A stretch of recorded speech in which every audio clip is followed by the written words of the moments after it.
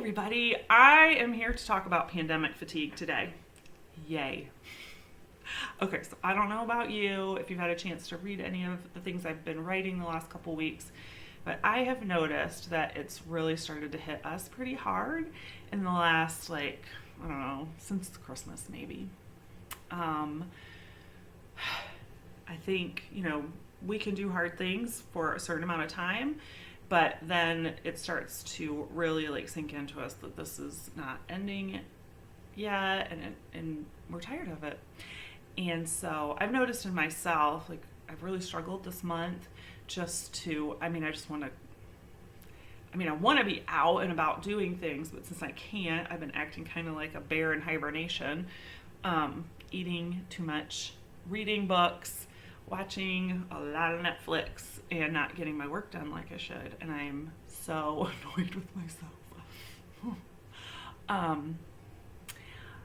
But sometimes that's just what happens when we're in the middle of unknown circumstances and difficult times. We do what we can to take care of ourselves, and maybe we get a little off track.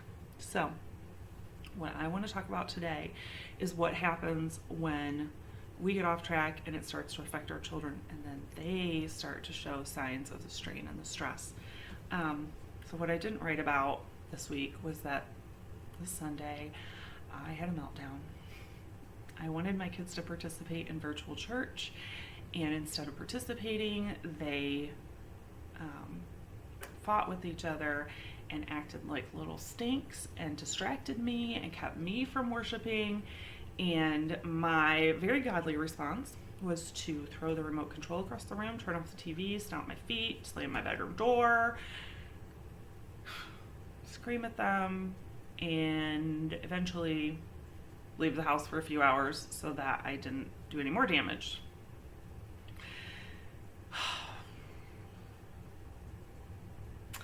I don't know, have any of you had a breakdown like that recently?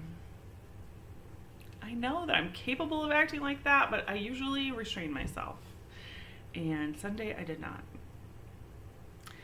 It was quite the temper tantrum. I drove and got something to eat and sat in a parking lot and just ate lunch in peace, listened to my audiobook, and did a little bit of shopping where I didn't buy anything. I just kind of walked around and then drove back. And as I was driving back, I just prayed and asked God to tell me, what in the world is going on? Why would I act like this? And he reminded me that I've always been able to be in church. My dad's a pastor. I was a women's pastor on staff at a church. I've always been heavily involved in church leadership. I've been volunteer, extraordinaire, the one who does everything that needs to get done. And not only have I not been able to do that, basically since I got married, I haven't really even been to church in almost a year. And it's starting to get to me. That has been an anchor for me that I don't even know that I realized I relied upon so much. But it's become very obvious that it's important and something that I need. And my family was not very respectful of that on Sunday, and I think all of my big emotions about it came out, and it wasn't pretty. So I came home and I apologized to them, and we talked it through, and I gave them the opportunity to tell me how it felt when they saw me acting that way, and I made sure that they knew how I felt when they were not cooperating with my time to worship, which I felt like they should be worshiping too. And had to say I'm so sorry that I turned into a raving lunatic because I wanted you to worship Jesus. Oh my word. Anyway, we made up, everything seemed fine. And then I started to notice that my daughter was slamming doors and having very big emotions and stomping her feet and having temper tantrums. And oh boy. So I really started praying about, like, Lord, how do we handle this? What do we do? And I knew I needed to give her grace because I need grace. And I know that if I'm dealing with all these very big emotions, that she must be too. So I took a deep breath, and I had to deal with a specific action one night. And so I laid down in bed with her earlier than what she wanted to go to bed or what her normal bedtime is, and just read to her and tried to cuddle her, and she did not want to be cuddled. So I had to give her space, but I laid down beside her and read to her until she relaxed. And she kind of shifted around and scooted just a little bit closer to me, not much. And I kept reading, and I was reading Anne of Green Gables towards the very beginning of the book. And after one of Anne's particularly long, drawn-out speeches, Eliana looked at me and said, "Mom, that girl talks a lot." Yes, she does. And then Eliana said, "Mom, tickle my arm." Okay. So while I continued to read, I tickled her arm. And she relaxed and she fell asleep. And the storm was over. Except it wasn't for me. And I just kind of cuddled her. And I cried. Because I know that this has been so hard on her and our other kids. And I wish I could fix it. And I don't know how. And God reminded me in the middle of tears of frustration and sadness that parenting this child has been the dream of my life. It is all of my dreams come true. I prayed for this. And walking her through these hard times is something that He equipped us to do, because she's already been through hard times when her little brother was born. And so I started to remember that, and my tears turned to praise. Just thank God for the gift of this child, of these children, and all their big emotions, and how it just made me want to tear my hair out a little bit. But they are exactly what I need and who I need. And so I prayed and just thanked God for her and asked God to give me wisdom. And then I dried the tears off of my face and a little off of hers. And I went outside to deal with my husband and my 2 boys, who were playing very rambunctiously.